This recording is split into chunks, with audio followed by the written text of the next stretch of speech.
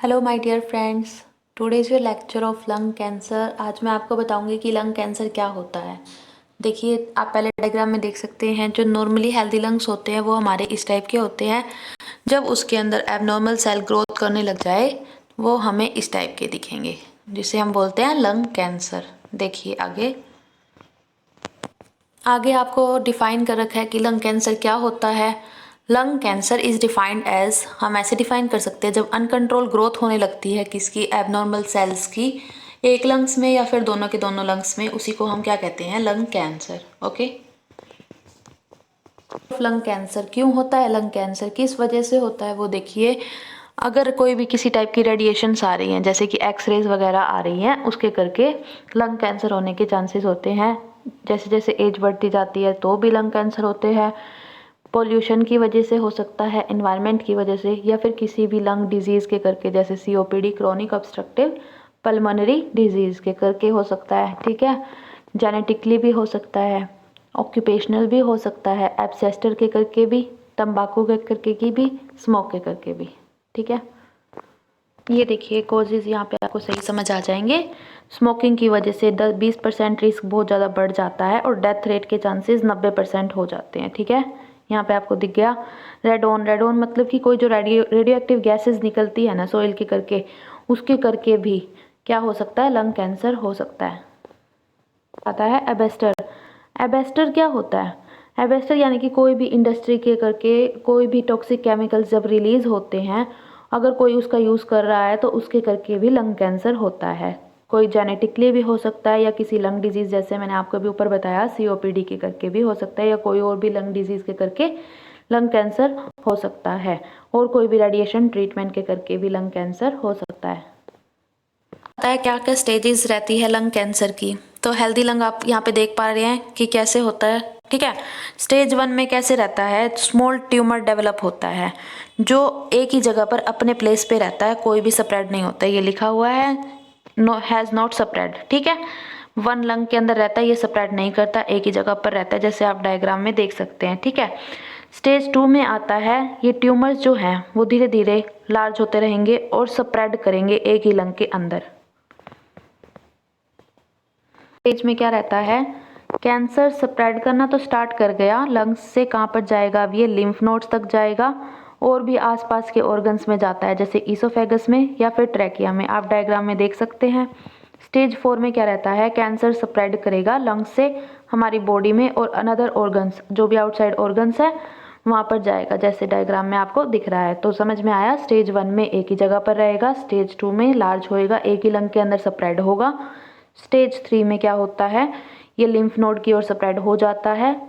और 4th stage में क्या होता है, ये आउटसाइड ऑर्गन पे भी इफेक्ट डालता है। ठीक है, टाइप क्या होते हैं लंग कैंसर के। ठीक है, 2 मेन टाइप्स होते हैं लंग कैंसर के। First is small cell lung cancer, 20 से 25% होता है सभी लंग कैंसर्स में से, और non small cell lung cancer, ये 80% होता है। फर्स्ट बताया है स्मॉल लंग कैंसर के बारे में। जो स्मॉल सेल लंग कैंसर होता है वो मोस्ट एग्रेसिव फॉर्म होती है लंग कैंसर की। ठीक है, नेक्स्ट आता है, ये हमारी ब्रोंकाई से स्टार्ट होता है और हमारे होल लंग को अफेक्ट करता है। ये था हमारा स्मॉल सेल लंग कैंसर, क्या है, मोस्ट एग्रेसिव फॉर्म है, और ये हमारी ब्रोंकाई को अफेक्ट करके फिर हमारे पूरे लंग्स को अफेक्ट करता है। तो अगर आप माइक्रोस्कोप के नीचे देखेंगे स्मॉल सेल कार्सिनोमा, तो आपको कुछ इस टाइप से दिखेंगे। ये आपको दिख रहा है डायग्राम में, ये देखिए यहाँ से हमारे पूरे लंग्स को अफेक्ट किया हुआ है। ये आपको डायग्राम में दिख रहा है कि स्मॉल सेल कार्सिनोमा आपको अंडर माइक्रोस्कोप कैसे दिखेंगे। ठीक है, non small cell lung cancer है, ये आपका अनदर टाइप है। इसमें क्या होता है, ये एक टाइप का एपिथेलियल लंग कैंसर है। ठीक है, स्मॉल सेल लंग कैंसर को छोड़ के जो भी एपिथेलियल लंग कैंसर बचता है उसी को ही क्या कहते हैं, non small cell lung cancer, जो कि 80% पाया जाता है। अदर टाइप्स दिए हुए हैं आपको, स्क्वेमस सेल एडिनोकार्सिनोमा और लार्ज सेल कार्सिनोमा। जो स्क्वेमस सेल कार्सिनोमा होता है ये अराइज होता है हमारी लार्जर ब्रोंकाई के अंदर।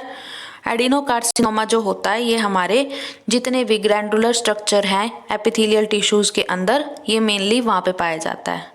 फर्स्ट था स्क्वेमस सेल जो लार्जर ब्रोंकाई के अंदर, एडिनोकार्सिनोमा जो हमारे ग्लैंडुलर स्ट्रक्चर है एपिथेलियल टिश्यूज़ के अंदर, ये वहाँ पे पाया जाता है। जो लार्ज सेल कार्सिनोमा होता है वो लंग्स के किसी भी पार्ट में पाया जाता है जहाँ पे वो ग्रो करेगा और ज़्यादा से ज़्यादा स्प्रेड करता है। ठीक है, डायग्राम दिखाए हुए हैं कि किस टाइप से हमें दिखने को मिलता है। इसमें ये कहता है एडिनोकार्सिनोमा जो होती है मोस्ट कॉमन फॉर्म होती है जो कि लंग्स की आउटर रीजन से स्टार्ट होता है, ये आपको डायग्राम में दिख रहा है। नेक्स्ट है स्क्वेमस सेल कार्सिनोमा। इसमें क्या अर्ली सिम्टम्स हमें देखने को मिलते हैं, ये हमारी क्या करते हैं ब्रोंकियल्स ट्यूब को अफेक्ट करते हैं, ये आपको दिख रहा है डायग्राम में। जो लार्ज सेल कार्सिनोमा है ये ग्रो करते रहते हैं और लेट सिम्टम्स दिखाई देते हैं। इसमें क्या होता है, ये हमारी जो आउटर एजेस होती है लंग्स की, ये आपको दिख रहा है, यहाँ पे अफेक्ट करते हैं। वार्निंग साइन, आप किसी भी टाइप का कैंसर ले लीजिए, उसमें आपको ये वार्निंग साइन लिखने होते हैं जिसको याद करने का तरीका होता है क्वेश्चन। ठीक है, देखिए ये रही आपकी न्यूमोनिक क्वेश्चन। क्वेश्चन में सबसे पहला दिया हुआ है चेंज इन बाउल और ब्लैडर हैबिट्स। बाउल और ब्लैडर हैबिट्स के अंदर चेंजेस आने लग जाते हैं। ठीक है, ए से sore does not heal, unusual bleeding होगी, थिकनिंग होगी ब्रेस्ट के अंदर या फिर कहीं भी हो सकती है, इंडाइजेशन होगा। ठीक है, ऑब्वियस चेंज आएगा वाट और मोल में, नैगिंग कफ होगी। ये आपके रहते हैं वार्निंग साइन। निमोनिक क्या रहेगी इसकी क्वेश्चन। ओके, नेक्स्ट कहते हैं वो आपके रहते हैं नॉर्मल साइन सिम्टम्स क्या देखने को मिलेंगे जो आपको क्लिनिकली मैनिफेस्टेशंस देख कहते हैं आप जिसे, वो होते हैं फैटिग दिखाई देगा। लंग का मेन काम क्या होता है, एक्सचेंज ऑफ गैसेस। ठीक है, अगर गैसेस एक्सचेंज नहीं हो पाएगी, अगर कैंसर डेवलप हो गया तो उसके करके क्या साइन देखने को मिलेंगे, फैटिग होगा, परसिस्टेंट कफ होगी, shortness of breath, coughing up blood. ठीक है, रिपीटेड रेस्पिरेटरी इन्फेक्शंस होंगे। एवेल्युएशन, उसमें सबसे पहला आपका रहता है step history collection, history collect करेंगे। नेक्स्ट रहता है फिजिकल एग्जामिनेशन, फिर हम क्या कर सकते हैं चेस्ट एक्सरे करेंगे, सीटी स्कैन करेंगे, लंग की बायोप्सी करेंगे और पल्मोनरी फंक्शन टेस्ट करते हैं। ये आपके थे डायग्नोस्टिक इवैल्यूएशन। ट्रीटमेंट क्या दे सकते हैं हम, जो भी कैंसर वाले पेशेंट होते हैं सबसे पहले तो क्या रहेगा, जो भी स्टेज 1 और स्टेज 2 के पेशेंट हैं या फिर स्टेज 3 के भी, उनकी तो होती है सर्जरी। सर्जरी में हम क्या करते हैं लोबेक्टमी, जो भी अफेक्टेड पार्ट है उसको हम रिमूव कर लेते हैं। ठीक है, नेक्स्ट है कीमोथेरेपी दे सकते हैं, रेडिएशन देते हैं, जो एंटी कैंसर ड्रग्स होती हैं वो प्रेस्क्राइब करवाते हैं। ठीक है, नेक्स्ट इम्यूनोथेरेपी देते हैं और ट्रीटमेंट करते हैं जो भी मेटास्टेसिस हुई है उसका। ये था आज का आपका टॉपिक, एक बार मैं आपको रिवाइज करवा देती हूँ। डेफिनेशन देखिए आपने, एबनॉर्मल सेल ग्रोथ हो रही थी उसको हमने कहा लंग कैंसर। ठीक है, नेक्स्ट आपने देखे कोजेज क्या होते हैं, एजिंग के करके, पोल्यूशन के करके, एनवायरनमेंट के करके। ठीक है, नेक्स्ट जो आपने देखी क्या क्या स्टेजेस रहती हैं, फर्स्ट स्टेज एक ही जगह पर रहेगा, सेकंड स्टेज एक ही लंग के अंदर क्या होगा ट्यूमर ग्रो करने लगेगा और स्प्रेड करने लगेगा, थर्ड स्टेज के अंदर क्या रहेगा वो लिम्फ नोड के अंदर स्प्रेड हो जाएगा, फोर्थ स्टेज में क्या रहेगा ये आउटसाइडली ऑर्गन्स में भी अफेक्ट करेगा। टाइप किए हमने स्मॉल सेल लंग कैंसर और non small cell lung cancer. ठीक है, स्मॉल सेल लंग कैंसर में बताया कि एक मोस्ट कॉमन फॉर्म होती है, ब्रोंकाई से स्टार्ट होकर ये हमारी होल लंग को अफेक्ट करती है। नेक्स्ट ये मैंने आपको डायग्राम दिखाया था। उसके बाद आता है non small cell lung cancer, ये एक टाइप का एपिथेलियल लंग कैंसर है। ठीक है, फिर इसके भी टाइप आते हैं स्क्वेमस, एडिनोकार्सिनोमा और लार्ज सेल। स्क्वेमस में क्या होता है ये हमारी ब्रोंकाई को अफेक्ट करेगा, एडिनोकार्सिनोमा जो भी हमारे ग्लैंडुलर स्ट्रक्चर है ये वहाँ पर जाकर अफेक्ट करेगा। लार्ज सेल में क्या होता है किसी भी पार्ट के अंदर ये ग्रो कर सकता है और स्प्रेड होने लगता है। ठीक है, ये मैंने आपको स्ट्रक्चर दिखा दिए थे। उसके बाद मैंने आपको साइन सिम्टम बताए, वार्निंग साइन थे क्वेश्चन, अनदर साइन सिम्टम्स ये थे fatigue, cough, coughing blood, back shoulder pain होगा। नेक्स्ट डायग्नोस्टिक एवेल्युएशन जिसमें हिस्ट्री कलेक्शन होगी, physical examination, CT scan, chest X-ray और लंग बायोप्सी और pulmonary function test. Last is treatment में हमने पेशेंट को सर्जरी करवाई, lobectomy, chemotherapy, anti cancer drug दी, रेडिएशंस दी, इम्यूनोथेरेपी दी।